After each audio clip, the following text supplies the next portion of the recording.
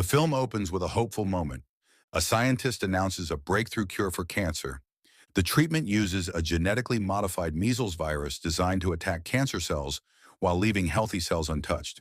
At first, the cure works perfectly. Patients recover. The world celebrates what seems like a medical miracle. But the celebration does not last. The virus mutates. Instead of curing people, it spreads uncontrollably. Most of humanity dies within months. Those who survive are transformed into violent, light-sensitive creatures, later known as Darkseekers. Civilization collapses almost overnight. Cities are abandoned. Governments fall. The world becomes quiet. New York City is evacuated and sealed off from the rest of the world. 3 years later, the city stands empty. Only one man remains. Dr. Robert Neville. Neville is a highly trained military virologist who is immune to the virus. He lives alone in Manhattan with his German shepherd, Sam, as his only companion. Every morning, Neville drives through the empty streets of New York City. Nature has reclaimed everything. Grass grows through cracked pavement. Vines crawl up the sides of skyscrapers. Wild animals roam freely through areas that were once packed with people. Neville hunts deer for food and scavenges abandoned stores for supplies.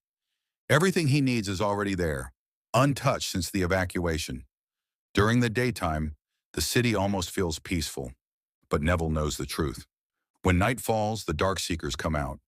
Every evening, Neville returns home before sunset. He seals his house with metal shutters and reinforced doors. The lights go off. Silence fills the room. Outside, the Darkseekers scream, howl, and hunt in the darkness. Neville has survived like this for 3 years. To keep himself sane, Neville sticks to strict routines. He exercises, he cooks meals. He talks to mannequins placed around the city, pretending they are real people.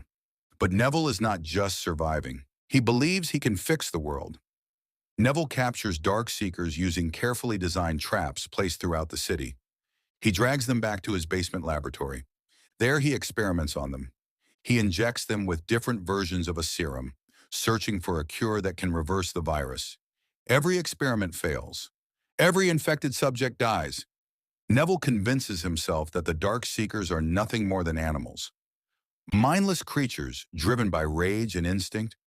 But the film slowly reveals something else. The Darkseekers move in groups. They follow a leader, they react emotionally, and they are not as mindless as Neville believes. One day, while hunting deer, Sam chases one into a dark building. Neville follows her inside. Immediately, something feels wrong.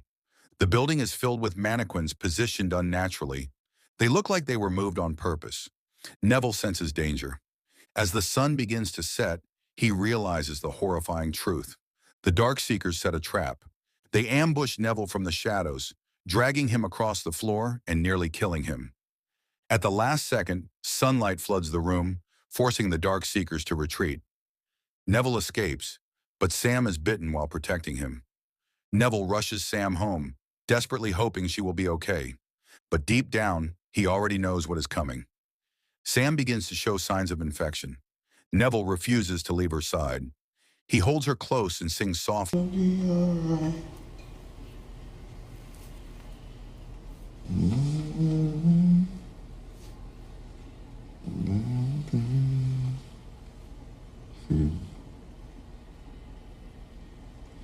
I was up this morning,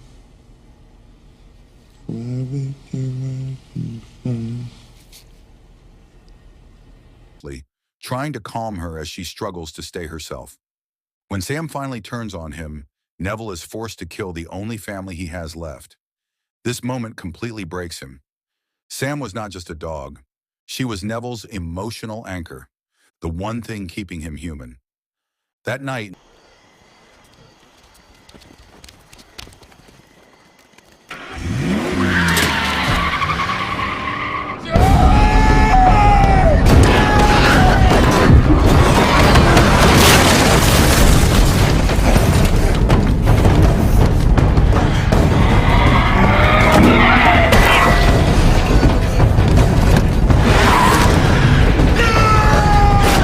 Neville walks into the streets with no weapons and no fear. He screams into the darkness, daring the Darkseekers to kill him.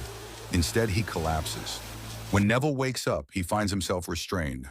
He has been rescued by two survivors, a woman named Anna and a young boy named Ethan. They heard Neville's daily radio broadcasts and followed them to New York City. Anna tells Neville about a survivor colony in Vermont. Neville does not believe her. He stopped believing in hope a long time ago, but Anna refuses to give up. She believes God led her to Neville. She believes there is still a future for humanity. Back in his laboratory, Neville continues his experiments. This time, he captures a female Darkseeker and tests a new version of his serum. Something different happens. The serum works. The infected woman calms down.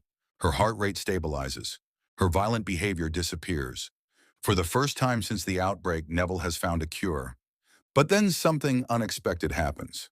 The Darkseekers begin attacking Neville's house in full force. They are not attacking randomly.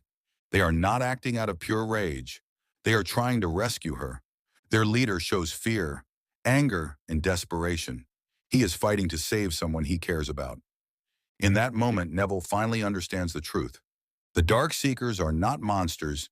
They are infected humans who still feel emotion. They still form bonds. They still love. And from their perspective, Neville is not a hero. He is a monster who kidnaps their people and experiments on them. As the Darkseekers break into the house, Neville makes a decision. He removes the cure from the woman's blood. He gives it to Anna and tells her to take it to the survivor colony in Vermont. As the Darkseekers swarm the laboratory, Neville detonates a grenade. He sacrifices himself so the cure can survive. Anna and Ethan escape. They travel north and reach the survivor colony. The cure is shared with the remaining humans. Humanity finally has a chance to rebuild. Neville's sacrifice was not meaningless. In the end, Robert Neville was not just the last man alive. He became the legend. Because sometimes the hero of one story is the villain of another.